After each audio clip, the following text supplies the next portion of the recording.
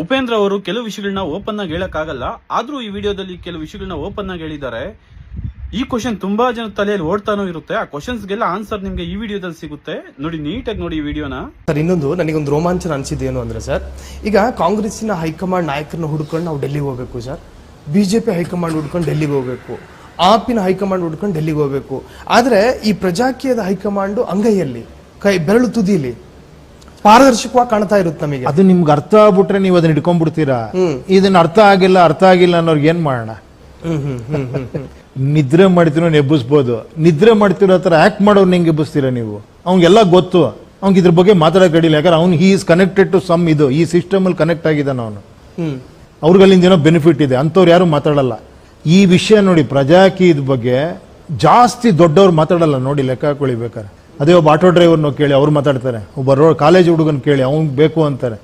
ದೊಡ್ಡವ್ರು ಮಾತಾಡಲ್ಲ ಇದ್ರ ಬಗ್ಗೆ.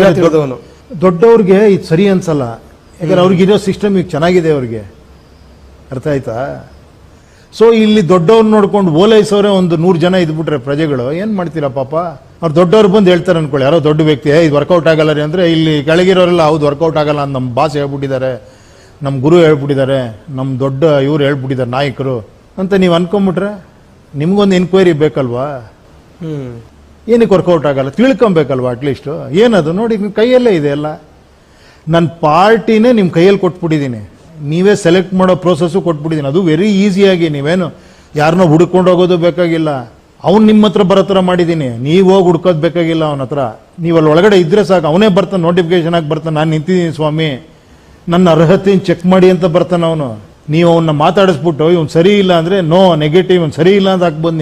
ನೀವು ಕ್ವಶನ್ ಕೇಳ್ಬೋದು ಅವನ್ನ, ಏನಯ್ಯ ನೀನು ಓಟ್ ಹಾಕ್ತೀವಿ ನಾವು, ನನ್ನ ಮನೆಯವರೆಲ್ಲ ಓಟ್ ಹಾಕ್ತೀನಿ, ನನ್ನ ಫ್ರೆಂಡ್ಸ್ ಎಲ್ಲ ಓಟ್ ಹಾಕ್ತೀನಿ, ನೀನು ಎಲೆಕ್ಷನ್ ಗೆದ್ಮೇಲೆ ಹಿಂಗೆ ಮಾಡ್ತೀಯಾ, ಹಿಂಗೆ ಬರ್ತೀಯಾ ನೀನು, ನನ್ನ ಟಚ್ಚಲ್ಲಿ ಇರ್ತೀಯ ನೀನು, ಇದೇ ಥರ ಇವಾಗ ಕೇಳ್ತಿದ್ಯಲ್ಲ ಓಟ್ಗೆ, ಆಮೇಲೆ ಹಿಂಗೆ ಟಚ್ಚಲ್ಲಿ ಇರ್ತೀಯ ನೀನು, ಇಲ್ಲ ಅಂದ್ರೆ ನಿನ್ನ ಮನೆ ಮುಂದೆ ಬಂದು ಗಲಾಟೆ ಮಾಡ್ತೀವಿ ನಾವು. ಅದು ಹೋರಾಟ ಬೇಕಾಗಿರೋದು ಈ ದೇಶದಲ್ಲಿ. ಹಠಕ್ಕೆ ಬಿದ್ದು ಪ್ರಮಾಣ ತಗೋಬೇಕು ನಾವು. ಅಲ್ಲ, ಹೌದು, ಇದೊಂದೇ ಹೋರಾಟ ಬೇಕಾಗಿರೋದು. ರೈಟ್ ಟು ರೀಕಾಲ್ಗೂ ಒಂದು ಹೋರಾಟ ನಡಿಬೇಕಿಲ್ಲಿ. ಇಲ್ಲ ಅಂದ್ರೆ ನೀವು 5 ವರ್ಷ ಒಬ್ಬನ ರಾಜನ್ ಮಾಡಿ ಬಿಟ್ಬಿಡ್ತೀರಾ, ಅವನೇನು ಕೇಳಕ್ಕೆ ಆಗಲ್ಲ. ನೀವು ಕರೆಕ್ಟ್ ಅಲ್ವಾ? Very interesting sir. ಅಲ್ಲ, ಇಷ್ಟು ಮಾಡೋದಕ್ಕೆ ನಾವು ರೆಡಿ ಇಲ್ಲ ಅಂದಮೇಲೆ ನಾವು ಬದಲಾವಣೆ ಬಯಸಬಾರ್ದು. ಇಲ್ಲ ಅಂದ್ರೆ ಅದು ಏನಾಗಬೇಕೋ ಅದು ಆಗ್ತಾ ಇರತ್ತೆ ಬದಲಾವಣೆ. ನಾವು ನೋಡ್ತಾ ಕೂತಿರ್ಬೇಕು. ಅಟ್ಲೀಸ್ಟ್ ನಾವು ಎನರ್ಜಿ ವೇಸ್ಟ್ ಮಾಡ್ಕೊಬಾರ್ದಲ್ವಾ, ಬೈಕೊಂಡು ಅವ್ನು ಸರಿ ಇಲ್ಲ ಇವ್ನು ಸರಿ ಇಲ್ಲ. ನಾನು ಅದಕ್ಕೆ ಟೆಸ್ಟ್ಗೆ ನಾನು ಕೊಟ್ಟಿರೋದು, ಪಾರ್ಟಿನೇ ನಿಮ್ಮ ಕೈಗೆ ಮಾಡಿ.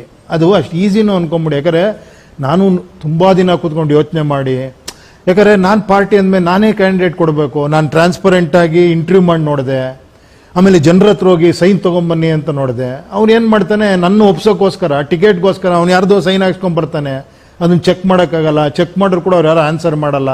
ಇದು ಹಂಗಲ್ಲ, ಇದೆಲ್ಲ ಓಪನ್ ಆಗ್ಬಿಟ್ಟಿದೆ ಇವಾಗ ಈ ಮೊಬೈಲಲ್ಲಿ. ನೀವು ಸುಮ್ಮನೆ ಹೇಳಕ್ಕೂ ಆಗಲ್ಲ ನಂಗೆ 100 ಜನ ಸಪೋರ್ಟ್ ಇದ್ದಾರೆ ಅಂತ, ಬಟ್ ಮಾಡಿದ್ರು ಪ್ರಯೋಜನನೂ ಇಲ್ಲ. ನೀವು ಒಂದು 1000 ಜನ ಸೇರಿಸ್ಬಿಟ್ಟಲ್ಲಿ ನಂಗೆ ಸಪೋರ್ಟ್ ಅಂತ ನೀವು ಮಾರ್ಕ್ಸ್ ಹಾಕ್ಕೊಬೋದು, ಬಟ್ ಅದ್ರ ಬದಲು 1000 ಜನ ಓಟೆ ಹಾಕ್ಸ್ಕೊಂಡ್ಬಿಡ್ಬೋದು ನೀವು ಇಲ್ಲಿ ಬರೋದ್ ಬದಲು. ಅರ್ಥ ಆಯ್ತಾ?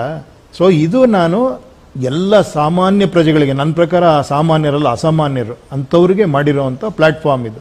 ಪಾರ್ಟಿ ನಿಮ್ಮ ಕೈಲಿದೆ. ಇಲ್ಲ ಒಬ್ಬ ಪಾರ್ಟಿಗೆ ಹೈಕಮಾಂಡ್ ಇಲ್ಲ, ಒಬ್ಬ ಸೆಕ್ರೆಟರಿ ಟ್ರೆಜರರು ಏನೂ ಇಲ್ಲ. ಟೆಕ್ನಾಲಜಿ ತರ ಒಂದು ಪಾರ್ಟಿ ಇಂಡಿಪೆಂಡೆಂಟ್ ಆಗಿ ಥಿಂಕ್ ಮಾಡೋಂಥವ್ರು ಇಲ್ಲಿ ಬರಬೇಕು, ಇಂಡಿಪೆಂಡೆಂಟ್ ಆಗಿ ನಿಂತ್ಕೊಬೇಕು. ಅರ್ಥ ಆಯ್ತಾ? ಮಾಡ್ಬೋದಲ್ವಾ? ನಿಮ್ಮಂತ ಯುವಕರು ಮನ್ಸು ಮಾಡ್ರೆ ಆರಾಮಾಗಿ ಆಗುತ್ತೆ. ಡೆಫಿನೆಟ್ಲಿ. ಪ್ರಜೆಗಳಿಂದ ಪ್ರಜಾಕೀಯ, ಪ್ರಜೆಗಳಿಗಾಗಿ ಪ್ರಜಾಕೀಯ, ಪ್ರಜೆಗಳಿಗೋಸ್ಕರ ಪ್ರಜಾಕೀಯ, ಮಟ್ಟ ಹಾಕಲು ರಾಜಕೀಯ, ನಮ್ಮಿಂದ ನಮಗಾಗಿ